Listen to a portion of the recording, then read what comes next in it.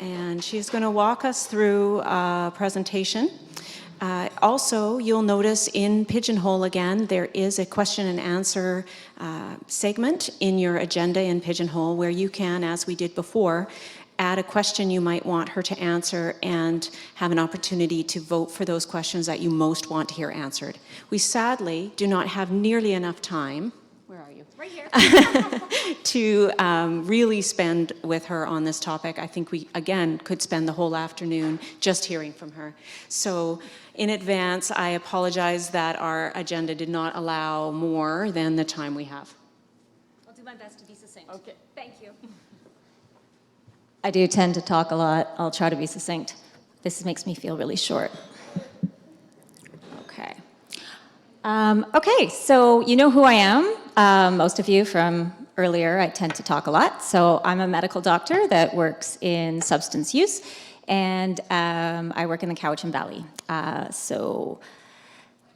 just want to acknowledge that I'm a settler on the Hokominum-speaking people's territory, and I'm pleased to be on this territory today too. Okay, I talk fast. If anyone needs me to just give me a signal. I'm totally receptive to that, but I have so much I want to say. For this, in the interest of being succinct, I'm barely touching on mental health. I will be talking mainly about drug toxicity and brain injury. So to start things off, I'm going to give you a bit of context of the evolving drug toxicity crisis. We'll talk about some of the mechanisms by which an individual can sustain a brain injury related to substance use. We'll talk about maybe what repetitive overdoses can do for neurologic injury, and then next steps. All right, so I learn by narratives, I learn by stories, and I wanted to share with you this lovely young man that I work with who is so excited for me to tell you his story. So John came to see me in a rapid access addictions clinic. He'd been using fentanyl, and he was in withdrawal and wanted to start on medications, which is great. And over the course of working with him, it became clear that he had had a massive overdose about 2 years ago. When he had this overdose, he was brought into the emergency department after having receiving several doses of naloxone. He was gasping for air.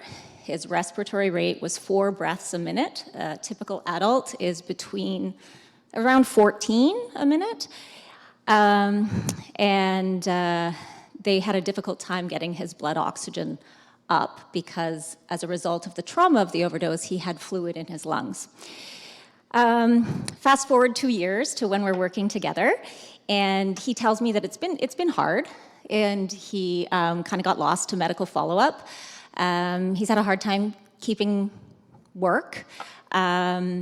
His girlfriend is really frustrated with him because she thinks he's not paying attention. He tends to zone out. He loses things. He has a really hard time tracking how long things take.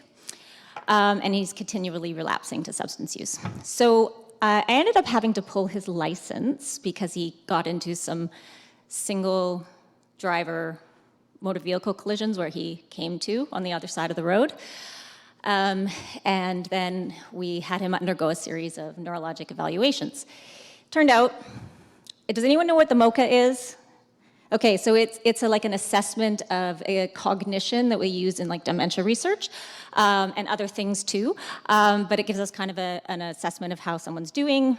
And he scored 20 out of 30, which in the dementia world is moderate dementia. Now this is a young guy, if you were just hanging out with him, you wouldn't know. He doesn't present like we were talking about earlier.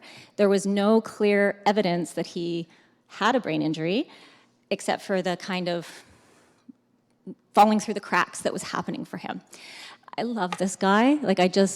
He just speaks to me because he tries so hard and the system is failing him so dramatically.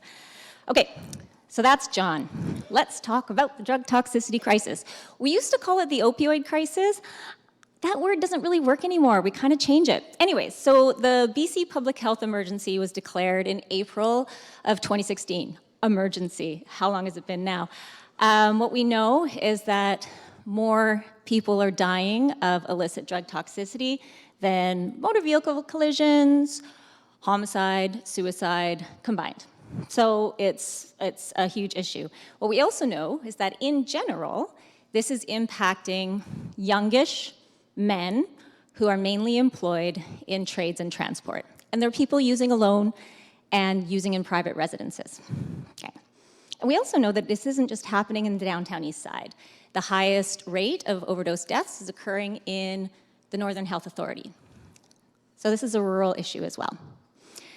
When I did my addiction medicine fellowship, we were so excited about this graph. It was like, this is why we do what we do. So the exponential curve that you can see there between 2015 and 2016, that was when the crisis was declared. So this was the rapid rate of deaths, which also paralleled the increasing presence of fentanyl on autopsy. We got really excited in 2019 because we were like, oh my God, we figured it out. Right, that's the dip there. We're like, we're saving everybody. Then what happened was COVID hit, and with the dual crises of the toxic drug supply and COVID, it just re-escalated everything. And there were months where we were losing 7 British Columbians daily to the toxic drug supply. So here's where it's happening, just to really drive home. This is not just an inner city problem. It's not just Pandora Street. It's not just downtown Hastings, right? This is happening, it's huge in my community. I'm in Cowichan. We can see that the northwestern part of the province, oh, the dark color is like the higher number, and northern and central Vancouver Island are the highest rates of overdose deaths. This is from the BC Coroner's Report. This is just showing the distribution of age and gender, so who's being impacted in general. And so we can see the dark blue is men, and basically between 19 and 59, so younger folks are the people who are being impacted. But that's just in general. For different members of the community, the drug toxicity crisis has a different burden of what we call morbidity and mortality. So for Indigenous community members and for First Nations folks, it's a different beast. So an Indigenous woman is 10 times more likely to die of a drug overdose than a non-Indigenous woman, and a First Nations man or Indigenous man 4.5 times as likely to die as a non-Indigenous man. It's a different crises for depending on who you are. So I have a question, like, is fentanyl the problem? Do we think fentanyl is the problem? That's kind of a loaded question because I'm phrasing it in a way that's like, no, it's not the problem according to me. So I had fentanyl when I gave birth, and I'm fine. It was great. It actually made labor pretty pleasant for a bit there. The issue is that, like fentanyl, like all opioids, one of its mechanisms of action is that it drops the drive to breathe. So that's a known thing that all opioids do. At high enough concentrations, it will drop your drive to breathe. So you don't get enough oxygen, and that's how bad things can happen. The issue is the unknown amount, the unknown potency. We have an unregulated supply. So maybe someday you're using, and that's not the day that you get a few extra grains of carfentanil in what you're doing. So fentanyl itself is not the problem. It's being unregulated, unknown amount, and not being used in supervised settings where people can save you. So, and really, like, with the confluence of COVID-19 and the border closures, the drug supply got way crazy more toxic. So we started seeing people having overdoses where we could bring them back to breathing, but they still wouldn't wake up. And so now we just call it benzodope, and it's just everywhere. So where I work, the folks that I see who are street involved and really severe use disorders, I expect to see benzodiazepines in their urine, whereas a couple years ago, never. And a benzo is a sedative. Sedatives plus opioids equals more drop of drive to breathe. So we add in these other things that potentiate the effect of opioids, so that's why it's not just fentanyl anymore. Nitazines are just being detected now, and they are, I'm just going to pause for my anxiety. They are a synthetic opioid that is much more potent than fentanyl. And what? Which one? Nitazine. Nitazine is a class of compounds. They're super potent opioids, yeah. And also xylazine, which is a veterinary anesthetic. So you add all this together, you have a toxic, unpredictable supply that people never really know what they're getting. Kind of like Russian roulette. Can you imagine if you were going to the liquor store to buy a bottle of wine? You're like, nah, this might be the one that makes me go blind. I don't know. So when I first looked into this topic, there wasn't a lot of data about like how many people are having non-fatal overdoses. There's a lot of talk about how many people are dying, who's affected. We don't know so much about the people that overdose but don't die. So what we do know now, which is really exciting, is there was a federal surveillance data looking at hospitalizations for people with opioid toxicity between 2019 and 2020, and they found that 4.2% of those people also had a co-diagnosis of hypoxic or anoxic brain injury. So that gives us a little bit of a scope of the problem, a little bit. So I really like this quote. This is from a critical care physician working at St. Paul's Hospital, and this is from a segment that was on CBC's White Coat, Black Art. Basically, the death numbers are reported. We think overdose is just you don't get Narcan and you die, or you do get Narcan and you're fine, but really there's a lot of grayness in between. And so I think about John, my lovely fellow, and he's living in the gray, where nobody picked up really what happened to him. They were very focused on his heart and his lungs, and the deficits kind of came later, and it wasn't ever diagnosed. So who's having non-fatal overdoses? I mean, generally it's the same demographics of what I was talking about in the context of the opioid crisis. There are some estimates that there is like 20 to 30 times as many non-fatal overdoses as a recorded fatal one. I would say it's way more than that because so many overdoses are reversed by peers and they're not documented anywhere. It's important to consider it's not a binary thing. A person doesn't necessarily go back to their pre-overdose state.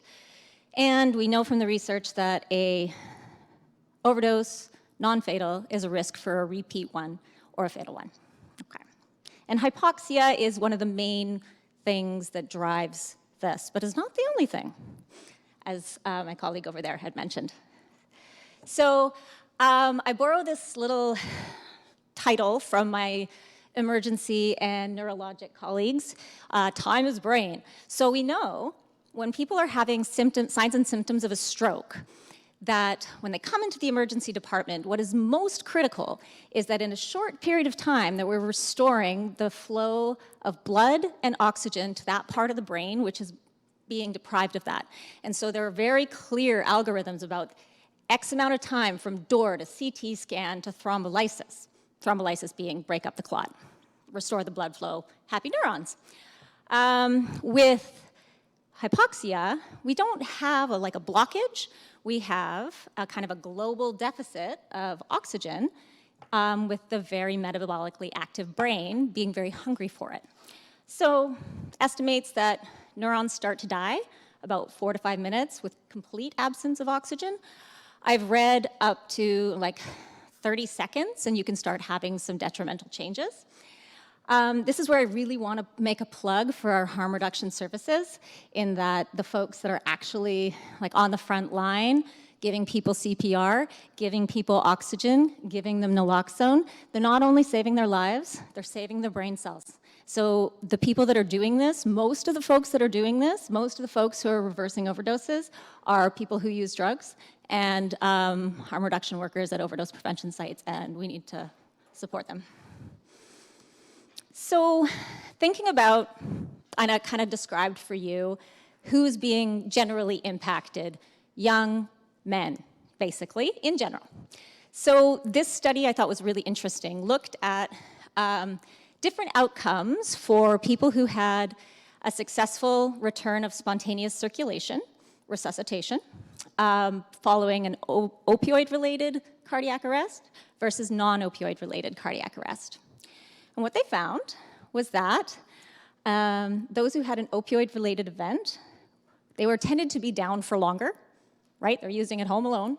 They're down for longer. They were less likely to receive CPR, and they tended to also be younger and with fewer medical comorbidities. So these were generally healthy people not getting the life-saving interventions. So we can extrapolate from that the survivors are young, otherwise healthy folks who now may live with a brain injury secondary to prolonged hypoxia. Some of the data from that surveillance information that Canada has gathered about hospitalization supports that. So the dark green bar here is people who've had the co-diagnosis of anoxic brain injury with opioid-related hospitalization. And what we can see in both men and women, the median age is 36. And what is really important to note is that, I'm a doctor, it's really, really hard for us to pick up brain injury on an acute admission like that. So these are the people who are really, really sick that we're getting this co-diagnosis documented. So this is a massive underrepresentation of how many folks are actually having this. These are the people who are having a really profound event. The BC CDC has this wonderful pool of data, the Provincial Overdose Cohort, which is a shared kind of statistical database gathered from all these points of contact within the system that follows people who have had an overdose and kind of tracks like what happens to them over time. This is between 2015 and 2019.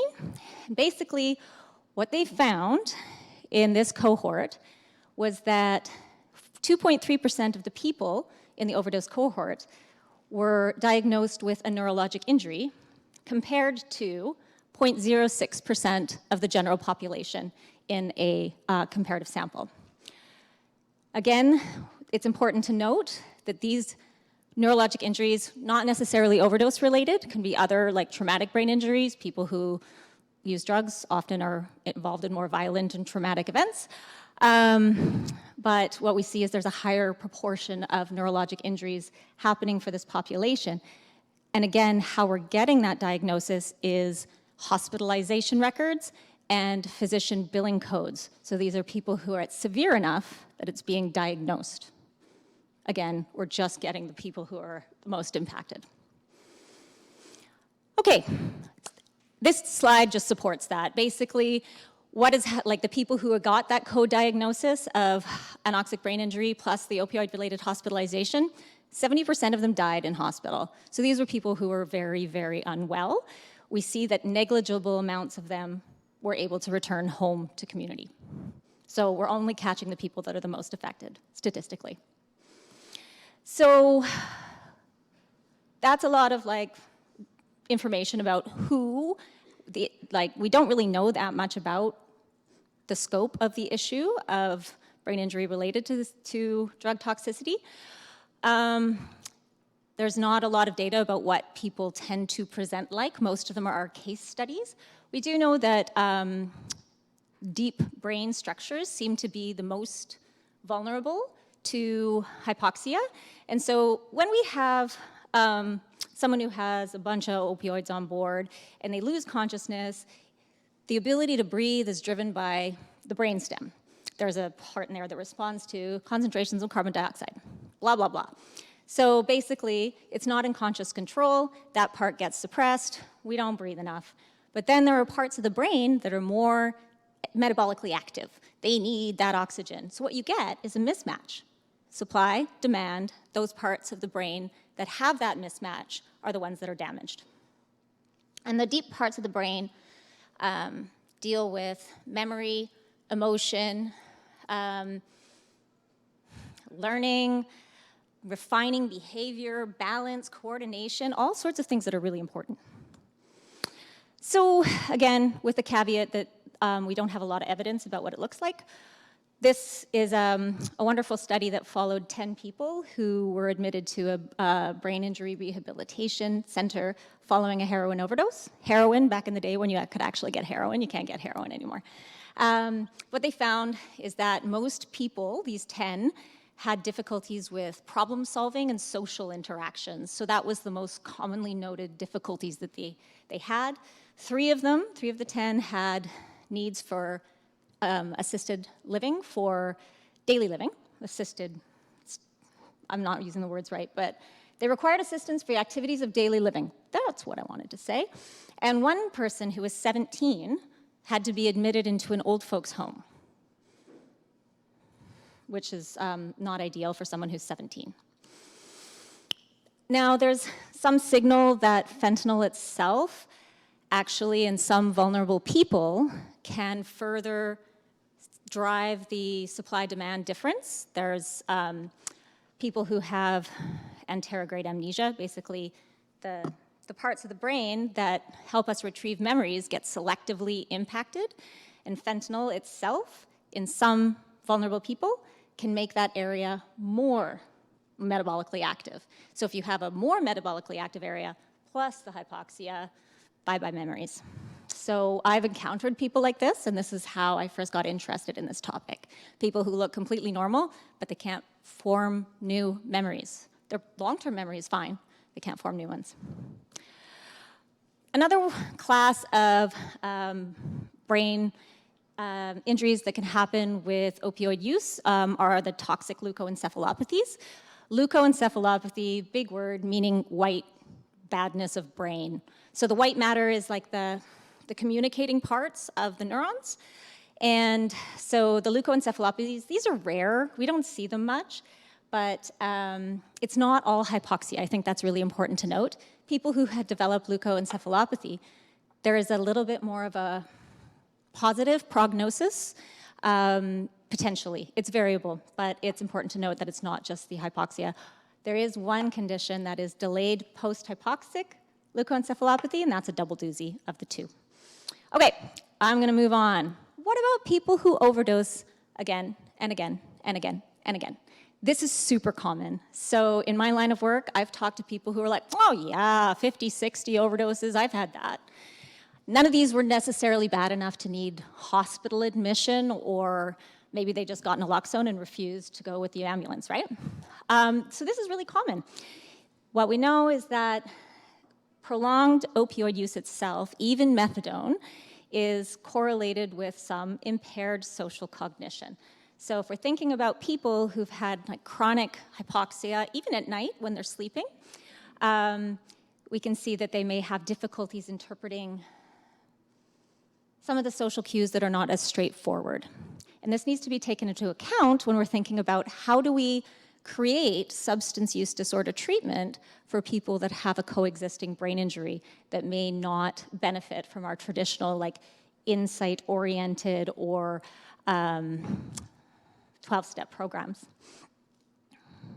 I do a lot of communicating with all this gesturing and stuff, and that wouldn't be helpful, right? I don't learn about this in medical school, that I should maybe just be explaining things, how I feel when I'm thinking in words to help my clients with that impaired cognition understand what I'm communicating. So my colleague who was speaking about people who have the brain damage from repetitive concussions, and we know what that can look like aggression and kind of emotional unpredictability and lability. We're seeing that on the front lines too, of people who are like, the people who are working on the streets are saying like, why are people different? It's just like less safe. People are more violent, they're more angry, they're more, and we think that it might be this, the chronic traumatic encephalopathy from, are you asking me a question?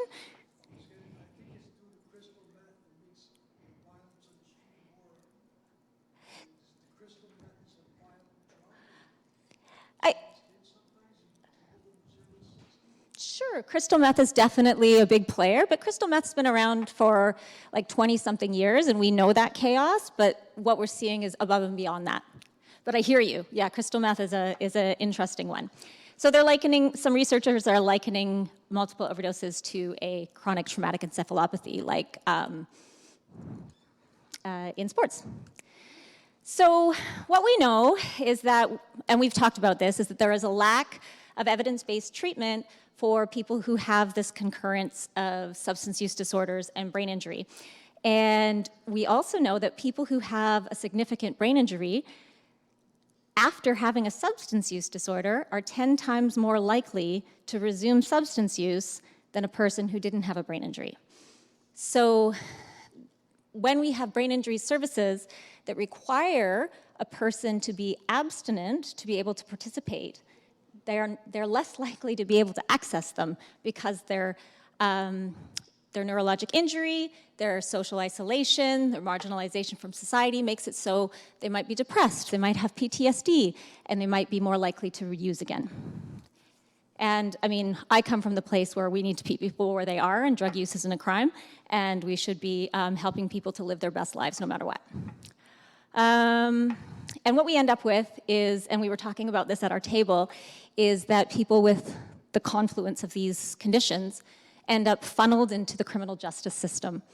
I worked with many folks who told me, well, I was on parole and I got picked up because I lost my phone, I couldn't remember my appointments, and all my stuff got stolen, and yeah, I think my appointment was a while ago, right? So people can't abide by the rules that are set out for them, and then they get punished for what is a medical issue. I pulled this out of the Brain Injury Association of America because they have a really nice picture about this, and they came out with a statement on it several years ago when I first looked into this topic, but it's now the Brain Injury Society of Canada also has this information, but not as nice of a picture, just talking about how substance use after a brain injury detracts from neurologic rehab, and so we need to address both of them simultaneously. And how to do that, we don't know. Like, there's no resources, or minimal, like trying to access them is so hard. So that's my spiel. There was a whole bunch more. I mean, I didn't even touch on mental health, and that's such a big thing. Like my friend John that I told you about, he has ADHD. Like, he had that since he was a kid, and then he had this brain injury, and now he really struggles with his more ADHD symptoms with his brain injury and his concurrent substance use. And that's a whole other, I can't even get into that, or you'd be listening to me for hours. So the drug toxicity crisis, it really has more than just killing people. It's irrevocably changing people, and we're just beginning to recognize the scope of the problem. We need to know more to understand how many, what the epidemiology is, and what resources are going to support folks. And we need to have an integrated approach to treatment so that we're not like, oh, you have a brain injury, you have to go to the brain injury people and then come and see me for your methadone, or the other way around. And we also really need places for, like, that 17-year-old I told you about. He shouldn't be in a care home for elderly folks. What we need is, because there's going to be more and more people with brain injury and substance use needing to have a place where they can safely live and not be evicted if they are using. It's, we really need these low barrier facilities that also provide the brain injury support. Thank you. Oh, I'm so thirsty. I'm not going to let her run away.